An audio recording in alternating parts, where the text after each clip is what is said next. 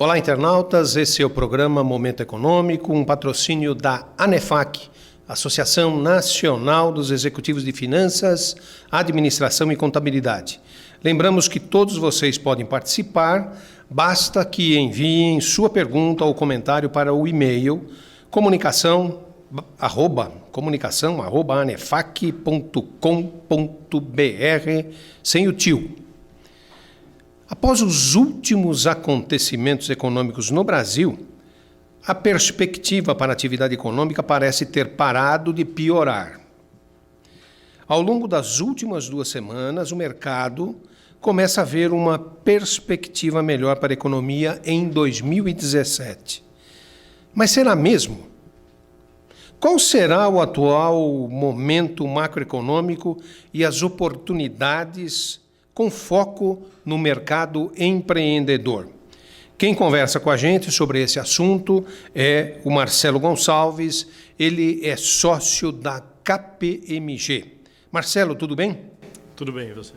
Essa introdução aí parece que assusta um pouco. A economia está ainda com muita dificuldade, não está, Marcelo? Tá, acho que a economia ainda vive um momento de bastante dificuldade. Entretanto, a gente tem alguns cenários bastante positivos. Então, acho que a indicação que a gente tem de ajuste fiscal, esse é o primeiro ponto e bastante importante. É um ponto que vai proporcionar um maior índice de confiança e, consequentemente, a possibilidade para que a gente traga novos investimentos. Eu sei que a gente fica ansioso, né, Marcelo? Precisa fazer essas reformas, mas se você pega aí os sindicatos, você pega o pessoal mais à esquerda, diz, não, isso aí vai terminar com direitos. Agora, o pior dos mundos é o que a gente tem hoje, 12 milhões de desempregados. Estou certo no meu ponto ou não? Acho que está certo, e o desemprego, de todos os fatores de melhoria, ele acaba sendo o último item que melhora. Então, para que a gente tenha efetivamente uma melhora no nível de emprego, a gente precisa ter primeiro uma reforma fiscal, uma reforma previdenciária, uma estrutura de governo que permita um maior índice de confiança e, consequentemente, se a gente tem um maior índice de confiança, a gente traz novos investimentos nos setores de infraestrutura, de educação, de saúde, de inovação tecnológica, quer dizer, toda essa estrutura proporciona com que as empresas tenham um crescimento, com que o consumo melhore e, consequentemente, essa é uma agenda que, por fim, ela traz uma melhora no índice de emprego do Brasil. Antes de começar o programa, a gente estava conversando, né, Marcelo? E você estava dizendo da experiência que você tem com relação a reformas trabalhistas, né? O que nós temos que melhorar no Brasil, que lá fora já tem, vis-à-vis esses 12 milhões de desempregados? Quando a gente fala até de percentual de desemprego, né, aproximadamente 12%, só que esses 12%, se a gente olhar nos mais jovens, ele é ainda maior. E se a gente olhar alguns setores que podem contribuir muito, o setor, por exemplo, de varejo. O setor de varejo é um setor que emprega muito, é um setor que precisa de apoio do governo para que tenha um crescimento maior, e é um setor que precisa de alguns ajustes quando a gente fala de leis trabalhistas, que a gente tem muito focado ainda nas mesmas leis do período industrial. E a gente vive um cenário muito diferente no varejo, onde, por exemplo, em outros países é permitido que até, por exemplo, o idoso ele trabalhe 3 horas por dia, 4 horas por dia, num formato diferente. O varejo hoje trabalha sábado, trabalha domingo, ou seja, as leis trabalhistas elas precisam se adaptar à nova forma de consumo, à nova realidade de consumo, e a gente precisa de inovação nessa área também, para que a gente possa ter um nível de emprego cada vez melhor. É verdade, Marcelo. Tem uma questão aqui de um internauta que é a seguinte.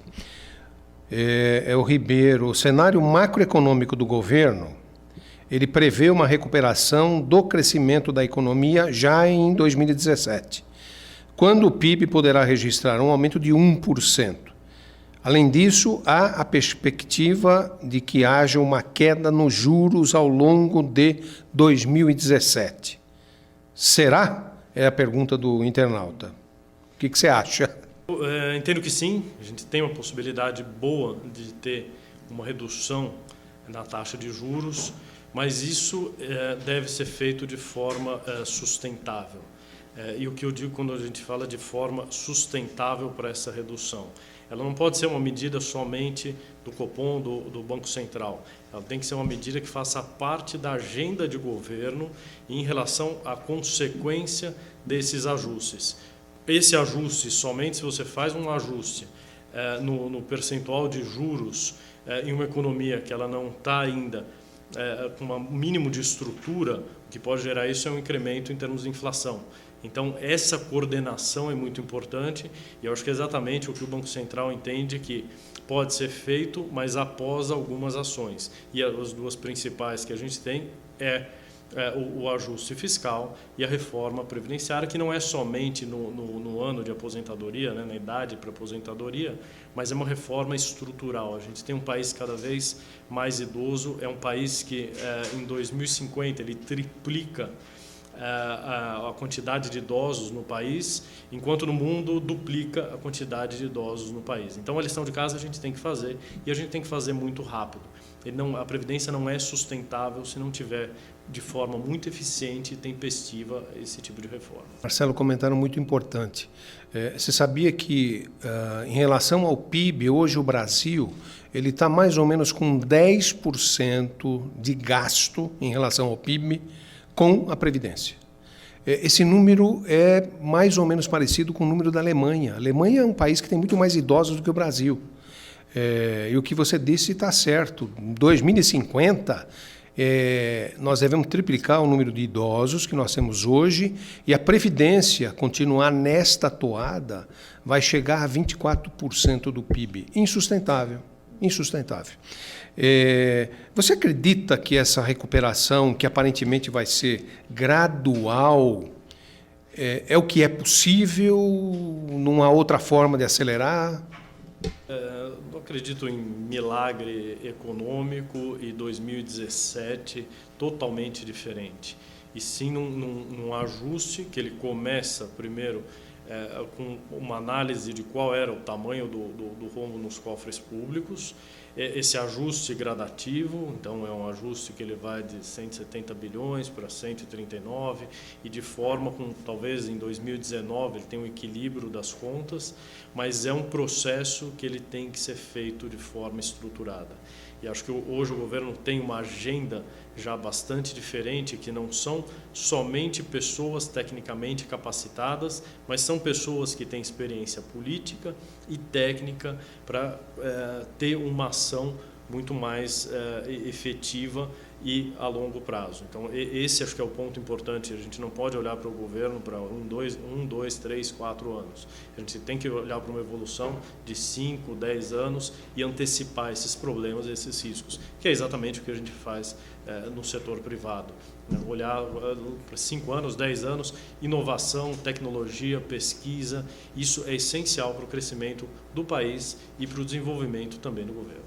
Eu acho que esse seu comentário me faz chamar a atenção de um outro ponto importantíssimo no Brasil, a questão da produtividade. A nossa produtividade da mão de obra praticamente está parada nos últimos 10, 15 anos. O que pode ser feito para melhorar a produtividade? O primeiro ponto, quando a gente fala de produtividade, é o investimento forte em educação.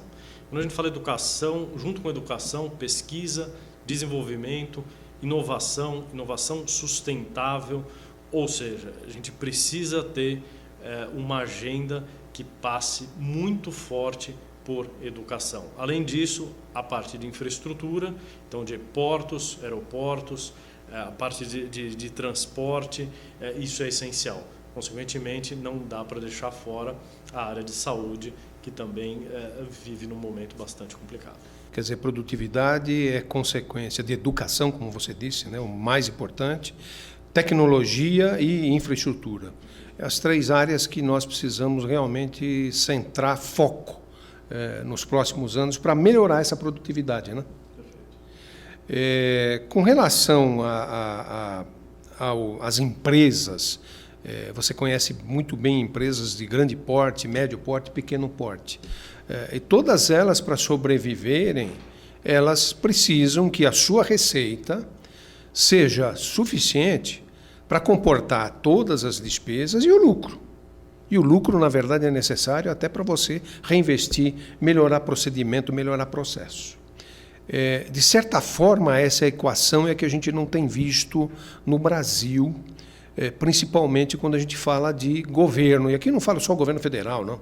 Governo estadual, municipal, legislativo, judiciário. O nosso custo Brasil é extremamente alto, subiu demais nos últimos 13 anos do governo do PT, subiu demais. E a gente vê que, para o governo, também a produtividade é péssima. Eu vou fazer uma afirmação, queria ver se você concorda. Será que esse seria o grande problema do Brasil, o gasto público? Acho que 2 pontos importantes. O gasto público, sim. Acho que no primeiro momento não existe como fazer diferente do que o corte de gastos públicos. E acho que tem até um momento anterior ao corte de gastos públicos, que é saber exatamente qual é a situação. Acho que talvez a realidade que a gente teve nos primeiros apontamentos do rombo, que era de 100 milhões, depois 200, 170. Então, primeiro é saber qual o tamanho do problema que a gente tem. Após eu ter a certeza do tamanho do problema, quais ações devem ser feitas e em que tempo. Então, o primeiro tempo é redução dos gastos, essa agenda de governo, e no momento seguinte, a ampliação em termos de arrecadação, mas não por incremento de impostos de forma que as empresas não consigam sustentar, e sim por um aumento de produtividade, um aumento de consumo. Você vai ter mais emprego e aí, consequentemente, a geração de receita. Isso atrelado a ferramentas para fiscalização, quer dizer, que você não tenha empresas que não paguem impostos, enfim. Então, acho que são esses os pontos. Primeiro, cuidar, lógico, da parte de gastos e, consequentemente, da evolução da economia e arrecadação de impostos. Marcelo, nós temos que fazer um pequeno intervalo, eu pediria a sua licença então, e a licença dos internautas, nós já voltamos.